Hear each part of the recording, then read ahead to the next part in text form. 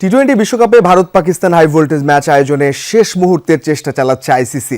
$500 million ক্ষতি এড়াতে এবার পাকিস্তানের সাথে মধ্যস্থতাকারী হিসেবে অভিজ্ঞ প্রশাসক ইমরান খাজাকে দায়িত্ব দিয়েছে আইসিসি। ওদিকে সাবেক ইংলিশ তারকা মার্ক বুচার বলছেন, ভারত ক্রিকেটে নিজেদের ক্ষমতার যে অপব্যবহার করে আসছিল, পাকিস্তান তাতে বড় একটা ধাক্কা দিয়েছে।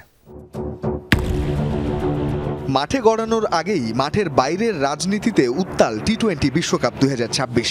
পাকিস্তান সরকারের পক্ষ থেকে সাফ জানিয়ে দেওয়া হয়েছে, তারা বিশ্বকাপে অংশ নিলেও 15 ফেব্রুয়ারি কলম্বোয় ভারতের বিপক্ষে মাঠে নামবে না। চিরপ্রতিদ্বন্দ্বী দুই দেশের এই অচলাবস্থা কাটাতে আইসিসি এখন তাকিয়ে আছে তাদের ডেপুটি চেয়ারম্যান ইমরান খাজার দিকে।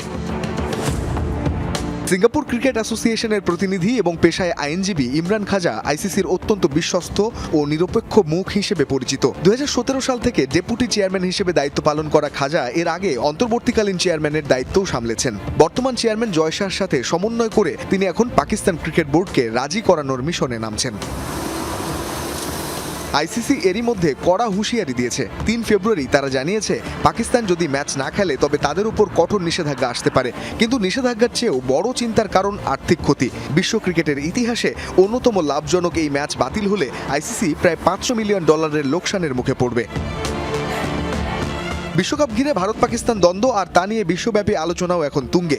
ভারতের দ্বিমুখী নীতি এবং বিশ্ব ক্রিকেটে তাদের ক্ষমতার অপব্যবহার নিয়ে বিস্ফোরক মন্তব্য করেছেন সাবেক ইংলিশ তারকা মার্ক বুচার।